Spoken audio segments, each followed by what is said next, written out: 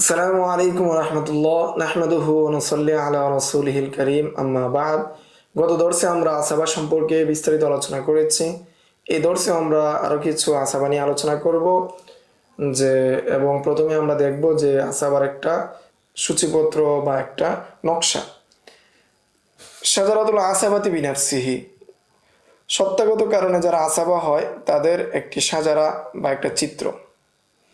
তো আমরা চিত্রের মধ্যে দেখতে পাচ্ছি যে মৃত ব্যক্তি, তার জুজউল মাইয়িত, মৃত ব্যক্তির জুজ, এই মৃত ব্যক্তির জুজের মধ্যে অন্তর্ভুক্ত তার ছেলে, নাতি এবং তার পরবর্তী প্রজন্ম। এরপর আমরা দেখতে পাচ্ছি মৃত ব্যক্তি থেকে আরেকটা লাইন এসেছে যে সেটা হলো আস্তুল মাইয়িত, মৃত ব্যক্তির আসল। তো মৃত ব্যক্তির আসল তন্মধ্যে একজন হলেন বাবা, একজন হলেন দাদা। বাবা এবং বাবার যে জুজ রয়েছে তারা হলো বাবার জুজ, জুজুল আব।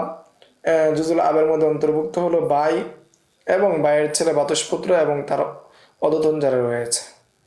দ্বিতীয় যে চিত্র রয়েছে, চিত্রের মধ্যে রয়েছে দাদা এবং দাদার ঊর্ধ্বতন যারা রয়েছে তারা, এবং দাদার সন্তানাদি যেমন চাচা এবং চাচাতো ভাই এবং তার ঊর্ধ্বতন যে সমস্ত ব্যক্তিরা রয়েছে তারা।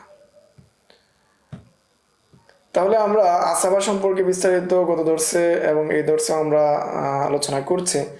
তাহলে আমরা এখানে দেখব ওই রাজ্জাহুনা বিকুওয়াতিল কারাবা, যে কোন আসাবা পাবে কোন আসাবা পাবে না সেটা নির্ধারিত হবে যে আসাবার যে শক্তি এবং আসাবার যে নিকটাত্মীয়তা, সেই নিকটাত্মীয়তার ভিত্তিতে। যে অধিক নিকটাত্মীয় হবে, যে অধিক কাছাকাছি হবে সে পাবে, আর যে দূরবর্তী হবে সে বঞ্চিত হবে বা মাহজুব হবে।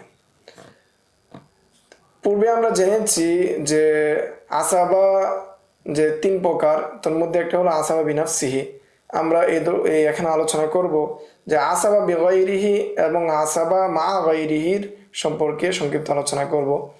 যে আসাবাতু বিগাইরিহি আরবাআতু মিনান নিসওয়া, যে আসাবা বিগাইরিহি, যে অন্যের কারণে আসাবা হয়, অন্যের দিকে মুখাপেক্ষী হয় এবং যার কারণে সে আসাবা হচ্ছে সে কিন্তু আসাবা, তারা হলো চারজন মহিলা। ওমিনাল লাওয়াতি ফরদহুন্না আন-নিসফু ওয়াস-সুলুসান, তারা হলো ওই সমস্ত মহিলা যাদের অংশ হলো কোরআনের মধ্যে বর্ণিত হয়েছে নিস এবং সুলুসান।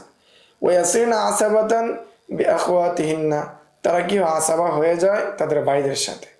যেমন কালবিন্ত, যেমন মৃত ব্যক্তির কন্যা, ওয়া বিনতুল ইবিন, মৃত ব্যক্তির নাতনি, ওয়াল উখতুশ শাকীকা, মৃত ব্যক্তির আপন বোন, ওয়াল উখতুলি আবিন, এবং মৃত ব্যক্তির বাৎসরিক বোন।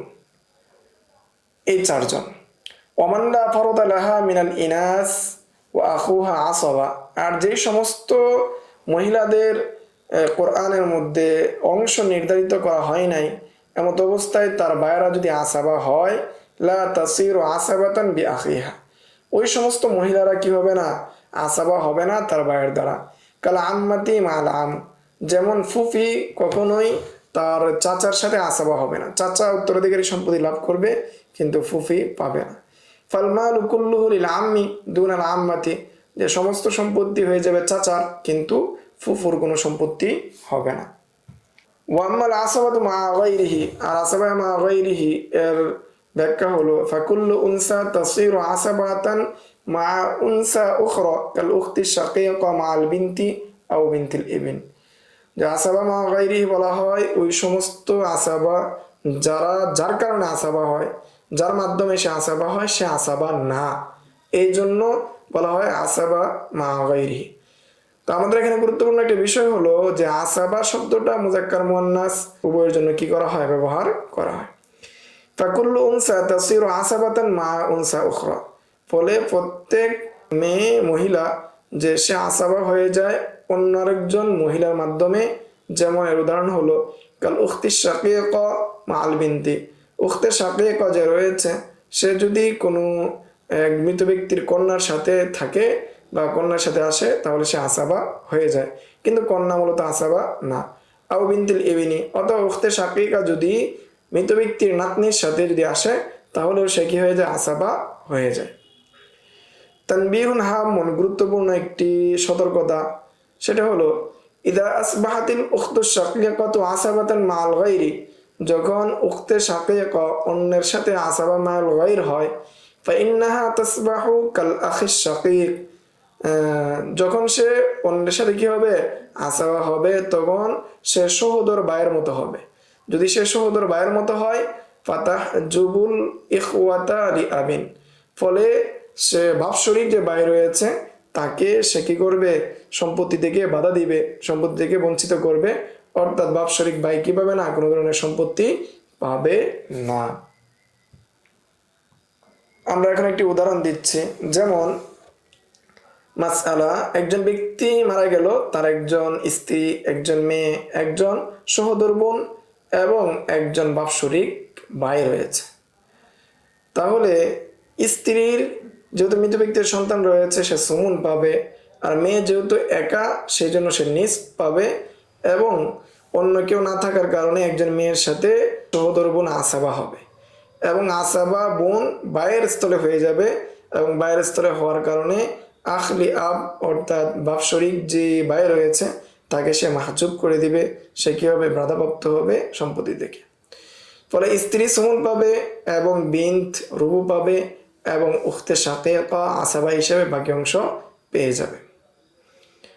আর যেহেতু এখানে সর্বোচ্চ অংশ হলো সুমুন, 8 দ্বারা মাসালা হয়েছে, এই জন্য সুমুন এবং 8-এর নিসফ হলো 4 এবং বোন বাকিটা পেয়ে যাবে 3, এবং বোনের মাধ্যমে সহোদর বোনের মাধ্যমে আখুন লি আব যে রয়েছে সে কি হয়ে যাবে মাহরুম হয়ে যাবে। এই ছিল আসাবা সম্পর্কে 2 দর্শের মাধ্যমে বিস্তারিত আলোচনা। সামনের দর্শে আমরা কিভাবে আমাদের মাসালাগুলো করতে হবে, কত সংখ্যা দ্বারা মাসালা করতে হবে, এই মূলনীতি নিয়ে সামনের দর্শে আমরা বিস্তারিত আলোচনা করবো ইনশাআল্লাহ। আসসালামু আলাইকুম ওয়া রাহমাতুল্লাহ। يؤتي الحكمة من يشاء ومن يؤت الحكمة